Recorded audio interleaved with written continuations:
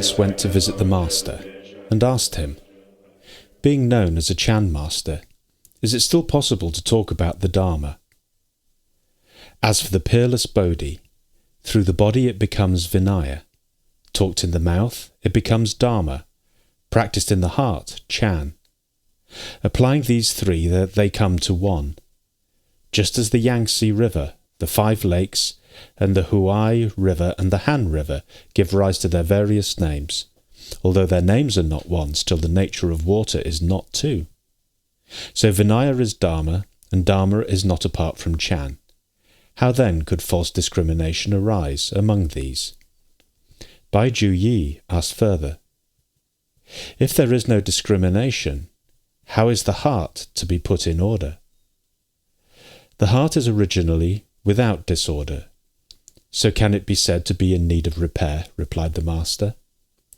"Without going into purity or impurity, just do not give rise to a single thought." "Impurity should not be contemplated, but should not purity be contemplated?" asked Bai Jiyu. "It is like a man with something in his eye. Nothing can stay there. Although gold dust is very precious, it is only an impairment in the eyes," said the master. "No cultivating, no contemplating. So what is the difference from the average man?" asked Bai Jiyu. The master said, "The average man is without enlightenment, and those of the 2 vehicles grasp at attachments. Apart from these 2 sicknesses, there is one called true practice. Diligence is too close to grasping, whilst to be neglectful is to fall into ignorance. This is the so-called essence of the heart."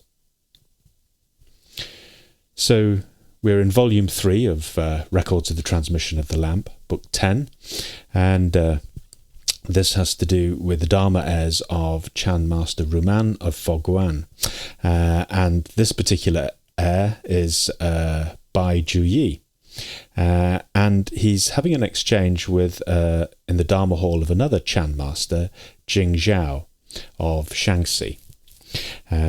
So Bai Jiyu is asking questions and the master is replying. And to begin with, he asks an important question which actually explains why the Chan school arose in the first place. Because Jiyu asks, why is it that being known as a Chan master, is it still possible to talk about the Dharma? And this really refers to the teachings of the great legendary figure Bodhidharma, who's the first patriarch of Zen. And there was a verse ascribed to him that sort of summoned up that his teaching and the spirit of the Zen school, which is a special transmission outside the teachings, not dependent on words and phrases, directly pointing to the human heart, seeing into its nature and awakening. And so the Zen school had a reputation of, not unlike many of the other Buddhist schools, not venerating a particular sutra. Sutras such as the Lotus Sutra and the Prajnaparamita Sutra and so forth, and others as well. Each school would have their own particular sutra that they would venerate, but the Zen school eschewed all this and said that it didn't take its stand on the written word, which was not to say that it didn't use written words or spoken words. It used them quite a lot, and there's a lot of literature in the Zen canon. However, not being dependent upon it for the teaching of the Dharma. And this had arisen because at this time in China, there'd been a great influx of particularly Mahayana teachings. We'd had the 2 great translators, Paramartha and also Kumarajiva as well, who had between them brought over the great sutras, the great Mahayana teachings. They were very competent translators and also practitioners as well. And the Chinese now had a true taste of Indian Mahayana Buddhism and what the Buddha taught. And with that, they developed their very distinctive Chinese Buddhism, which had also developed their own schools of Buddhism as well. And there were a group who felt that this, as important as the sutras were, there was an over-reliance on them, an over-dependence upon them. And this was getting away from, or leading people astray, they felt, from what the Buddha really taught, which was that his own experience, that direct seeing for oneself. This is the last two lines of Bodhidharma's phrase: seeing into its nature and awakening, seeing into one's own heart and awakening to its true nature, that this is what enlightenment is, and that all the sutras were pointing. But as the Chan saying puts it, or the Zen saying puts it, do not mistake the pointing finger for the moon. The moon obviously representing that full and total enlightenment in Buddhist iconography. So this question is really arising out of that understanding. Being known as a Chan master, is it still possible to talk about the Dharma? Is it still possible to lead your students astray?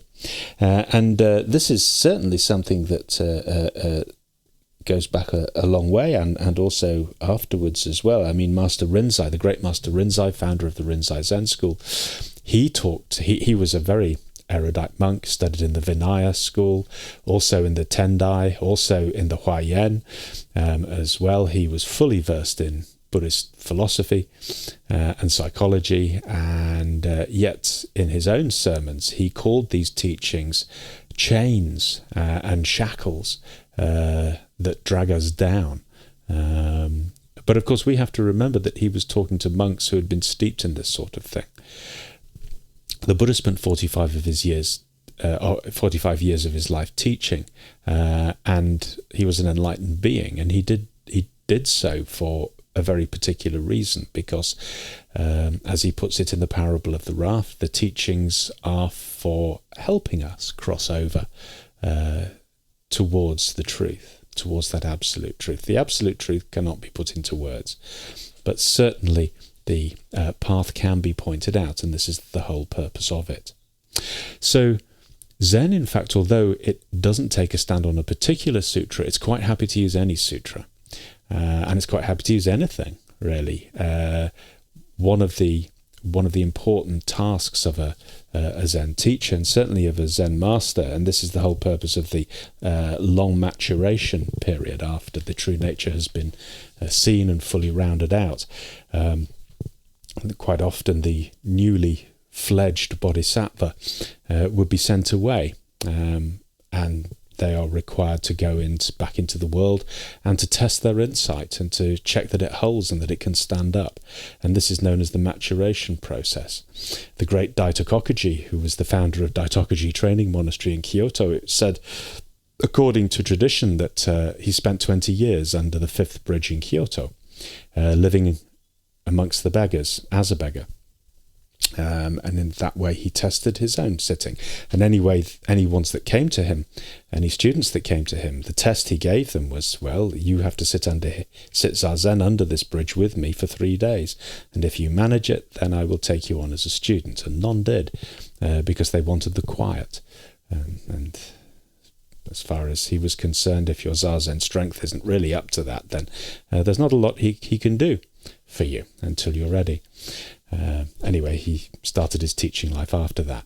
And so it was with most of the Zen masters, and indeed anyone who has gone through that process will be sent out on pilgrimage, precisely so that testing can be done. So there are many different ways of this teaching. It's done through the body, it's done through ordinary life, it's done through speaking as well. And this is the point that Chan Master Jingzhao makes in his response. As for the peerless Bodhi, Bodhi means awakening or enlightenment, as in the Bodhi tree. As for the peerless Bodhi, through the body it becomes the Vinaya. Through the body it becomes the Vinaya. The Vinaya are the rules for monks and nuns. In early Buddhism, the teachings were settled into or categorized into 3 baskets. There were the suttas, which are the scriptures. These are the sayings and the doings of the Buddha during his life, as collected by tradition. There was the Vinaya, which were the rules for the Sangha, the rules of conduct. And the third was the Abhidharma, which came later, which was the commentary in the Buddhist psychology. And these are known as the three baskets, the Tripitaka. But that second one, the Vinaya, these were the rules. And there were different versions of them, which had developed over time, and depending on the different schools. So the Vinaya are the rules for monks and nuns, but more importantly, they are the rules for practice. So the Vinaya is the way we conduct ourselves in daily life. And again, this is something that's very important, because certainly in Zen, and there is a sort of current in Western Zen that puts a sort of predominance on sitting meditation, Zazen, and, espouses going on sesshin, retreat, long retreats, and as many as possible. And this is not the whole story by a long shot. Meditation in activity is equally, if not more important as well.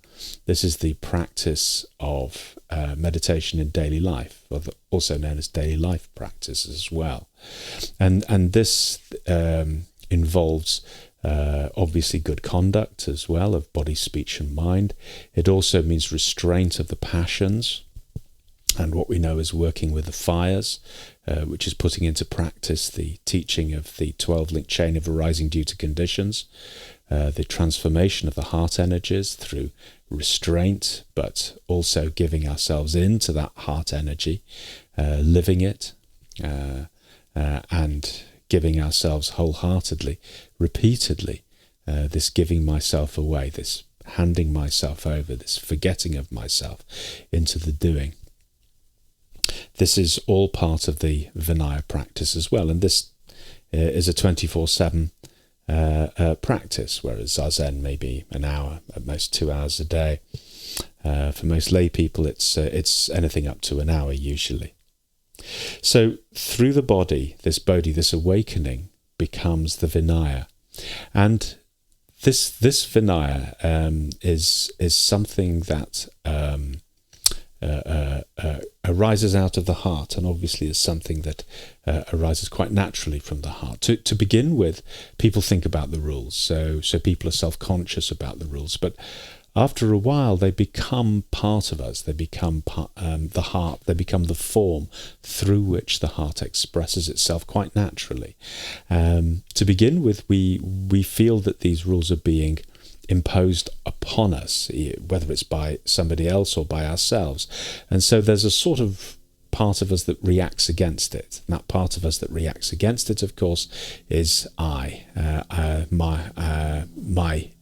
wants and my not wanting. I don't want to do this right now. I prefer to do something else, and so forth. These are the emotional reactions that come up, that have to be gradually worn away through that, once again, submitting to that practice of the Vinaya. And after a while, it becomes second nature. The Vinaya shapes us. It shapes the human heart, shapes the personality as well over a period of time. If we understand the doctrine of karma, then we will know why this is. There's a nice story, actually, from the time of the Buddha, when the Buddha was elderly, and his most senior disciple, Mahakasyapa, was also very elderly. And Mahakasyapa had a reputation for being a very austere bhikkhu. And he was quite old now, and he still tended to wear the very thin robe, and his hut was quite a long way away from the town, so he had quite a trek to go on the alms round. And one day the Buddha was with him and said to Mahakasyapa, he said, at our age and with our infirmities, there would be nothing wrong with wearing a slightly thicker robe to protect us against the cold. And also, if we wanted to live a little bit closer to the town, that would be fine. No one would rebuke us at all for this. We have spent many years living an austere life to loosen it up a little bit at this stage in our lives would be no problem at all. Mahakasyapa replied to the Buddha, saying, "My Lord, if it is your wish that I should do these things, then of course I will comply. However, if I retain a choice in the matter, then I would ask to continue exactly as I have always done it all these years, because," he said, "after so many years, it fits beautifully, like a glove, a well-worn glove onto a hand, or a well-worn robe onto the body, and it suits." And so the Buddha replied, "Mahakasyapa, if that is what you really want, then of course, just carry on." So this is an example to show how the heart can naturally adapt to things if it's given a chance to do so, and the body can as well. And this is perhaps in our impatience, in my impatience, in the impatience of I, this is something that can be overlooked because things don't happen fast enough. I know well, for example, when sitting Zazen, originally used to sit on the cushion, and to begin with it used to be really tight, and particularly when we did the chanting. I remember to begin with, we used to do the full chanting, which takes about half an hour or just under, and we have to sit seizo, which is kneeling and sitting back on the heels, and my God, was that painful. And not only that, the legs would go completely dead, and when I tried to get up, I'd struggle for about 5 minutes before I could get any sort of feeling or ability to actually move my legs, because the nerves had been squashed in the seiza posture. But remarkably, when I went into the temple and had to do this every single morning instead of just occasionally, it took about a week and a half. But yeah, the legs still used to go dead, but it took longer for them to go dead, and they recovered a lot faster, and I could pretty much get up straight away, which is just as well, because when I was Chikijitsu, I had to get up first before everybody else, and everybody else really wanted me to move and get out of there so that they could move. But it did teach something. It taught that the body really does adapt if it's given some time. And it will do so quite of itself, not because I will it to, but because that is its nature. It will do so. It's a very adaptive thing. And the same with the heart as well, the mental body, if you like. So, as for the peerless Bodhi, through the body, it becomes the Vinaya. Talked in the mouth, it becomes the Dharma. So, the Dharma is in this case, the Buddha's teachings, and these two are an expression. And this is also something that's important, because when we listen to a Dharma talk, what are we listening to? Are we listening to somebody who has studied the Dharma and can now trot it out? You know, what has been learnt? I mean, that has a value, but that's one thing. But somebody who actually practices it, someone who understands it through the body, this then becomes something from personal experience. And in fact, such a one, the second example, the practitioner, may not even use Buddhist terminology, whereas the first one will almost certainly be heavily reliant upon it. And won't need to, because such a one can put ordinary experiences through the lens of the Buddha's teachings without ever mentioning the Buddha or Buddhism or doctrines or sutras or anything else of that kind. And it will be understood better because it connects with things that people know. You know, Tathagata and Pratichat Samutpada, well, unless you're a Sanskrit scholar, you won't really know what those things are. But when people are talking about and I was just pulling out and somebody cut up in front of me and there was this upsurge of fury and I was already winding down the window in order to shout something, then we all know what we're talking about in those circumstances.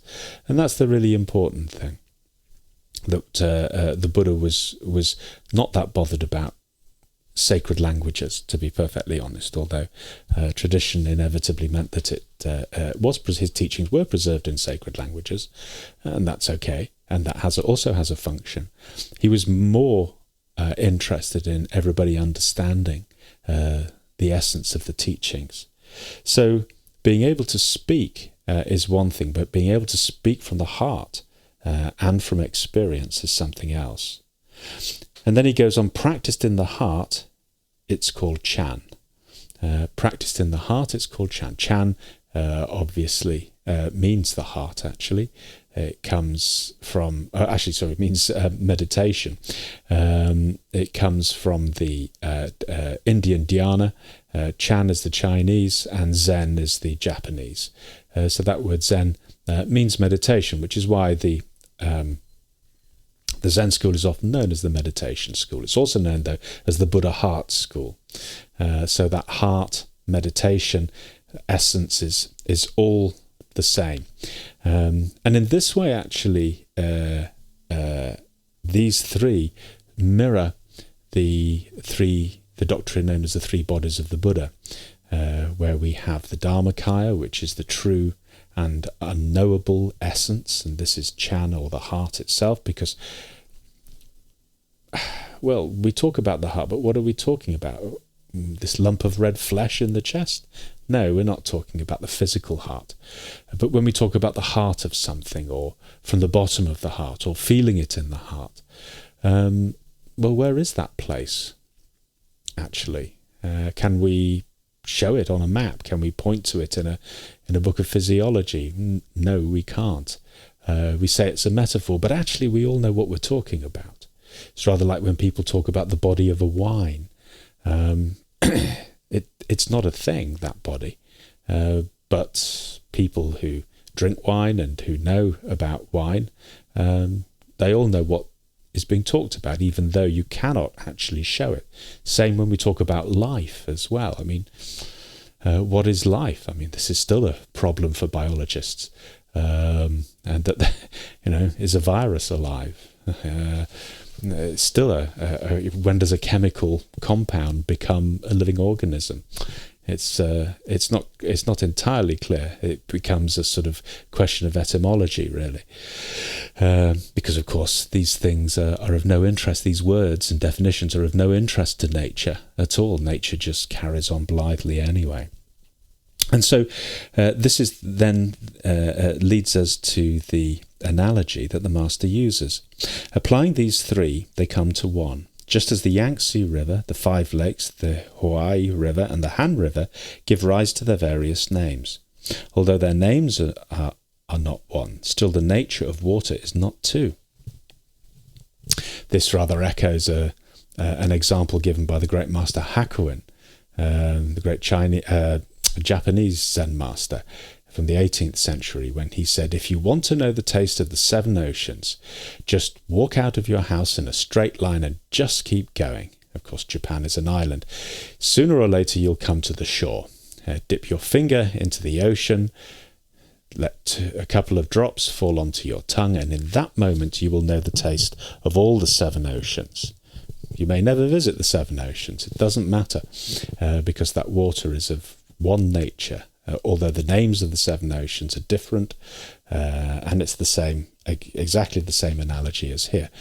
And here, I live in London. The nearest big river to me, of course, is the River Thames, very famous, one of the famous world rivers. And we say, yes, I know the Thames very well, and if I go down to Westminster, I see how it curves, and then it goes round the Isle of Dogs and so forth, and I've walked along the river many, many times. I know it very well, but the truth is, every time I go to the river, it's new. It's brand new. I've never seen that river before, because the water is always flowing, but we are fooled by names. It's rather like when we say every day is the same. How can every day be possibly the same?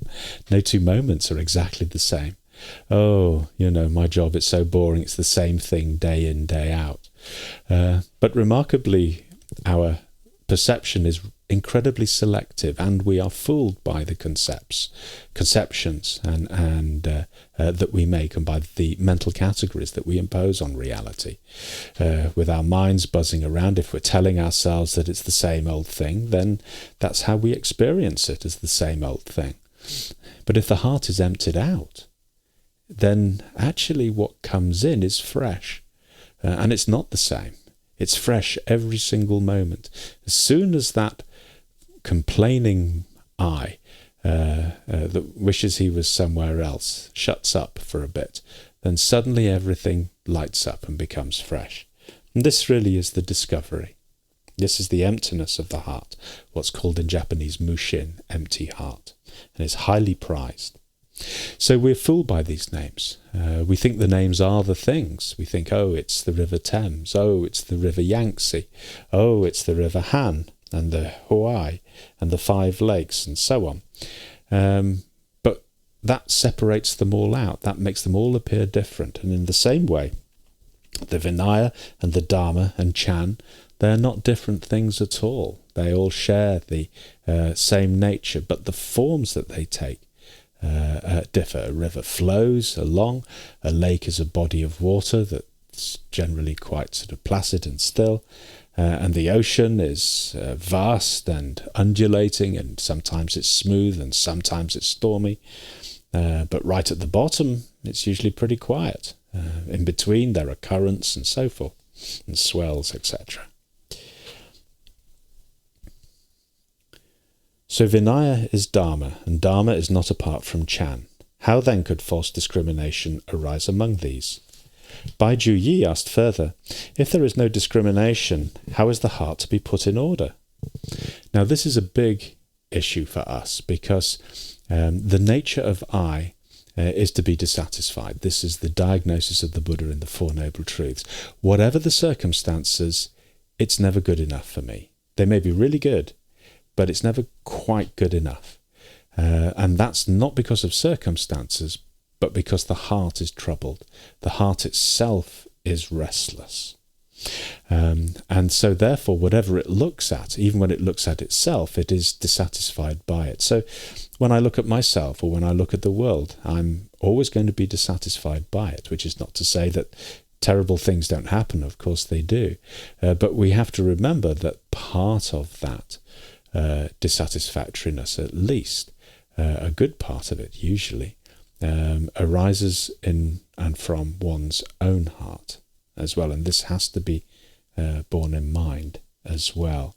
So you quite often, and particularly with people who come into spiritual practices, one of the big concerns people coming into spiritual practices is that somehow I must change myself, I must become enlightened, or I must become pure, or I must become confident, or I must gain strength, or whatever it is.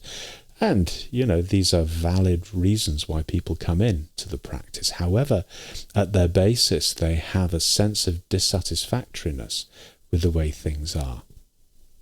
And that pushes all the way through. And so, hence this question, how is the heart to be put in order? There's an assumption that the heart is not in order. And again, because I am insubstantial, I'm always looking for a role for myself. And that means that I must have something to do, which means I must be king of this heart. I must be in control of this heart. I must be the one who brings order to it and settles the matter, and that's that. But the Master replies, the heart is originally without disorder. So can it be said to be in need of repair? And this again points very sort of Chinese, particularly with this is the influence now of Taoism as well.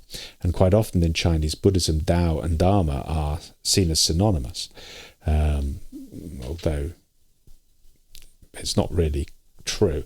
But there was a great deal in common, and certainly the Chinese Buddhism brought this thought to it, that in fact nature itself, in its uninterrupted, unmolested state, untrammeled state, is pure, quite of itself. It's not in need of repair.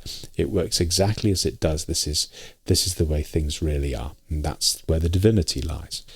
This is the Tao, is this great spiritual power, and so here that is brought to the fore again. Why are we saying that things are not in order when or that the heart needs something doing to it? Of course, that doesn't mean that everything's all right, and the Buddha himself was clear that we are troubled not by the heart, not because of the heart, but by wrong views which afflict the heart and give rise to the passions, give rise to the three fires of greed, hatred, and the delusion, and in particular the clinging delusion of a separate self. Impurity should not be contemplated. But should not purity be contemplated? Asked by Jiyu. It is like a man with something in his eye. Nothing can stay there. Although gold dust is very precious, it is only an impairment in the eyes, said the master. And this again, actually, this very same analogy also appears in the Rinzai Roku too. Important one. Again, going back to those Vinaya rules, or the precepts, if you like.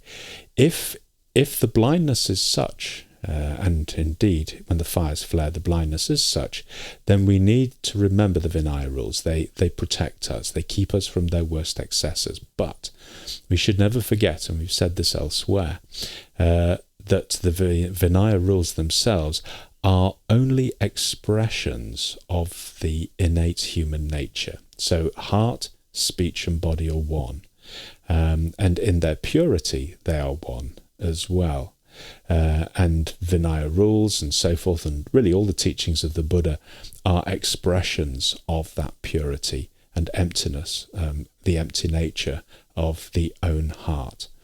And once that has been realized, then of course the rules can be put aside. They have no bearing anymore. One simply lives out of one's true nature, not because one now does whatever I want, but because one lives out of the warmth of heart and also the clear seeing as well, according to the individual nature. And that's the important thing as well, because human beings are not all the same. Like leaves on an oak tree are all identifiably oak tree leaves, but no two are same on a single tree, no matter how many thousands there may be. So it is with human beings as well. That warmth and clarity of vision is lensed, is reified through the individual nature as well as through the human nature and the nature of the living being as well. These are not different things, they're part of that one nature, but they are a facet or an inflection of that one human heart, out of which we all arise. Okay, well, we'll leave it there for now.